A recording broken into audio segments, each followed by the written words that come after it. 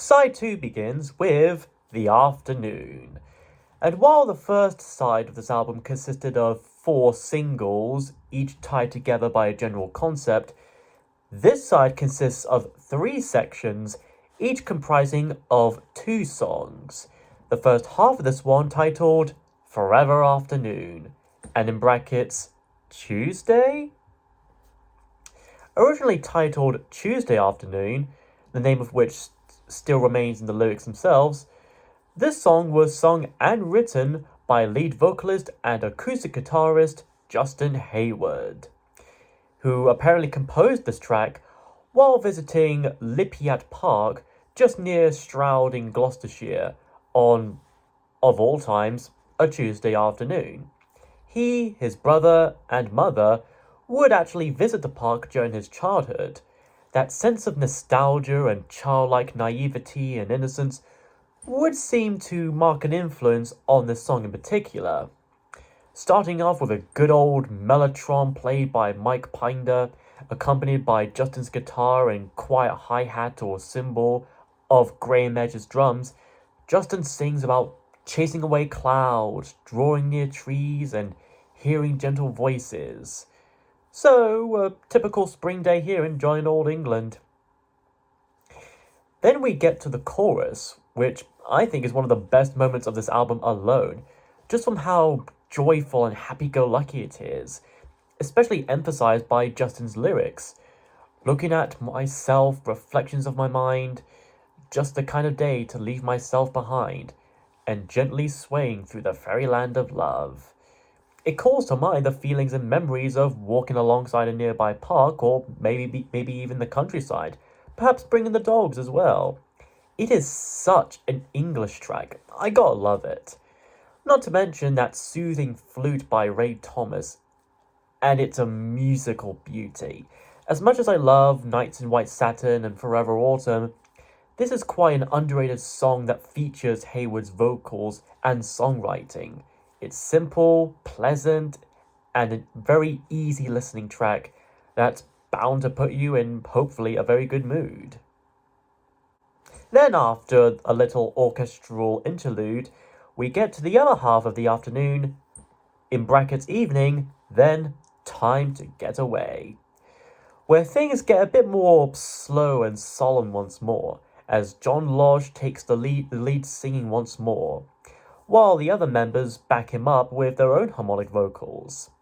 As the afternoon soon gives way to evening, John expresses how tired he is of working away, even when he admits that it brings living and it's the only way to have those things. My family could easily relate to that. In fact, a lot of hard-working people would.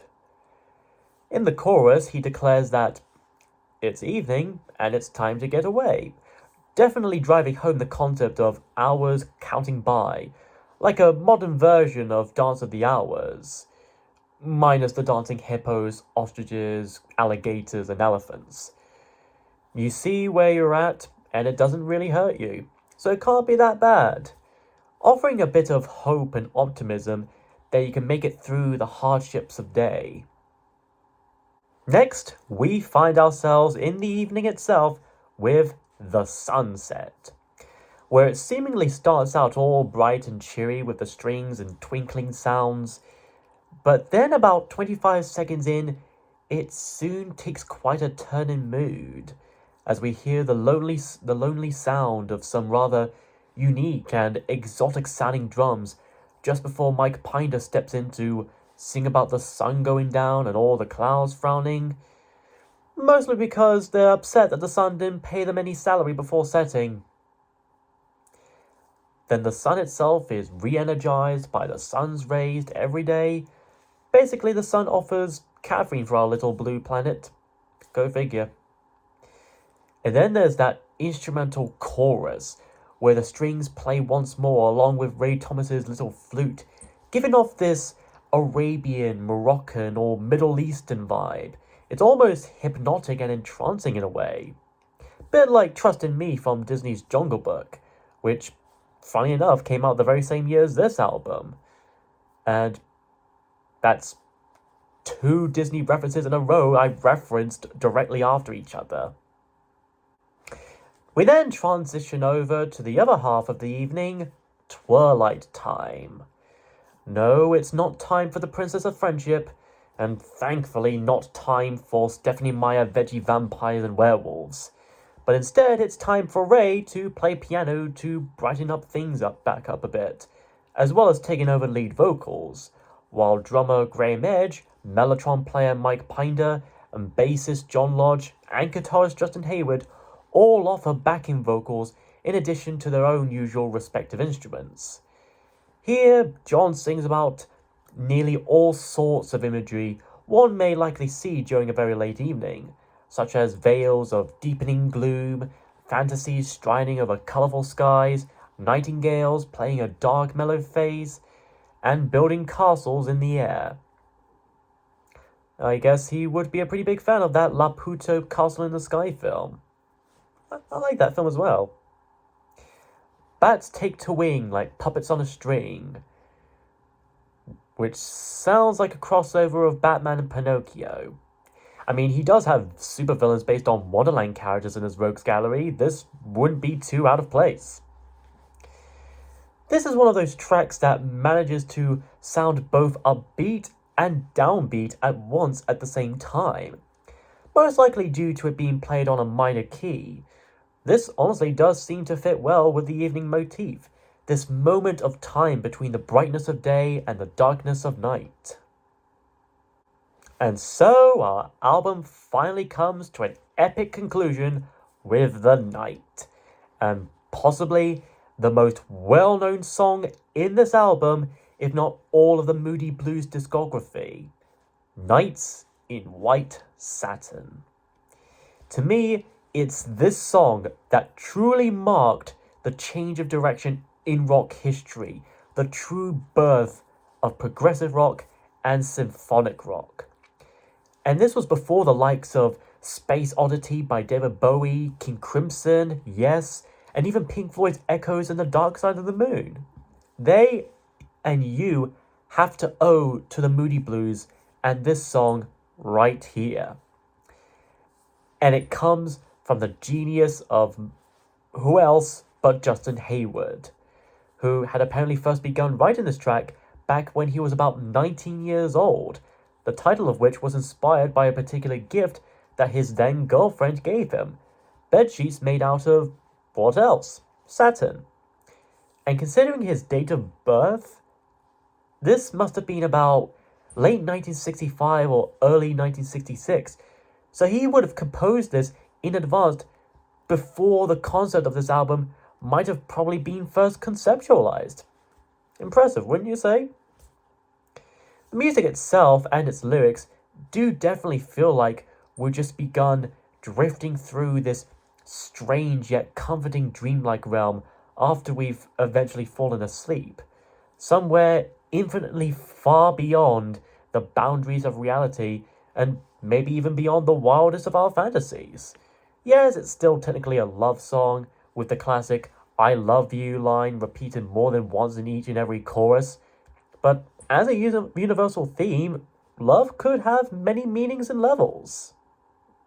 In the song itself, Justin might be singing from the point of view of this everyman character that we've ventured with throughout the day and album.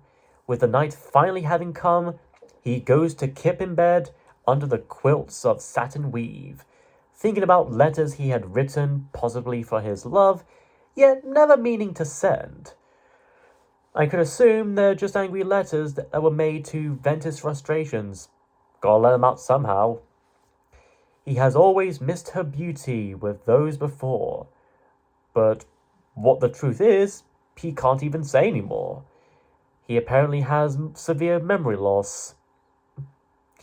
And then there's that aforementioned chorus with the always majestic Mellotron playing with it from Mike Pinder. Just pure excellency. I can't even think of enough right words to sum it up. Just listen to the whole track and just let it in. Not to mention that Ray Thomas flute playing in the instrumental break.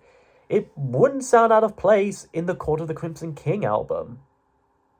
And after one last extended orchestral interlude, we finally get to the resolvement with Late Lament, where Mike Pinder speaks in rhyme and poem once more, this time about gathering glooms, lights fading from every room, bedsitter people sitting and lamenting, and impassioned lovers wrestling as one. Those lovers must really be into WWE. A lonely man cries for love but has none. So basically, Chris-chan. New mother picks up and suckles her son. Lady, I don't think that's how breastfeeding works. He's supposed to suckle on your breast, not the other way around. Senior citizens wish that they were young. I guess you can say, forever young.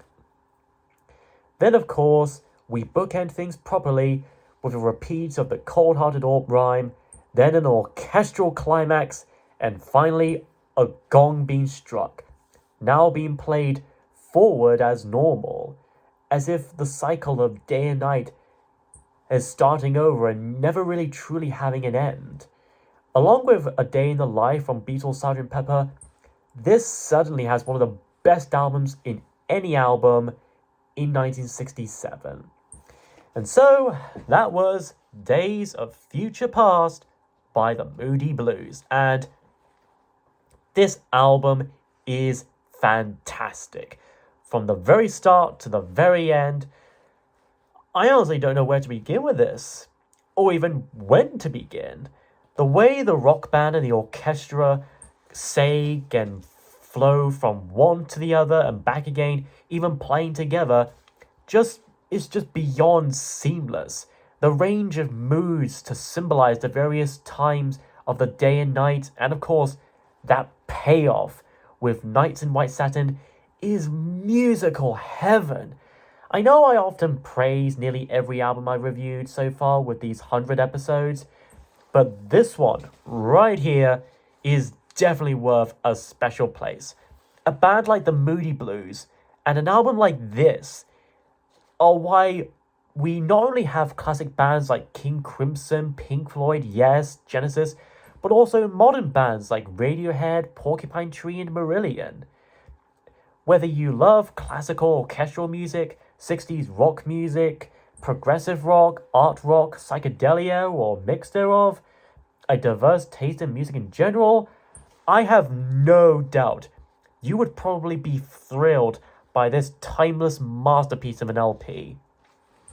Even if you haven't listened to this album before, or any Moody Blues album for that matter, if you're lucky enough to find this on CD, vinyl, cassette, streaming, however you might prefer, just buy it, get it, and check it out. The experience will be worth it. But if you already have listened to this album before, what do you think of it? Do you think it deserves a place in the history of progressive rock and rock music in general? Or do you think there's another album by another band before or after that really kickstarted the genre? And what may be your favorite Moody Blues album and song? Let me know down below in the comment section. Next time, the season of giving has already just begun, and I ought to give you good people a good treat. So what the hey, I'm gonna look at a Hawkwind album.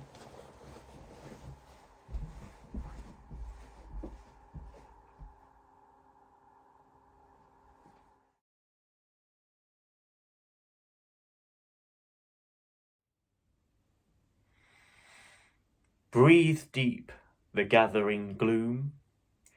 Watch lights fade from every room. Bedsitter people look back and lament. Another day's useless energy spent. Impassioned lovers wrestle as one. Lonely man cries for love and has none. New mother picks up and suckles her son. Senior citizens wish they were young. Cold-hearted orb that rules the night removes the color from our sight. Red is grey, and yellow-white. But we decide which is right and which is an illusion.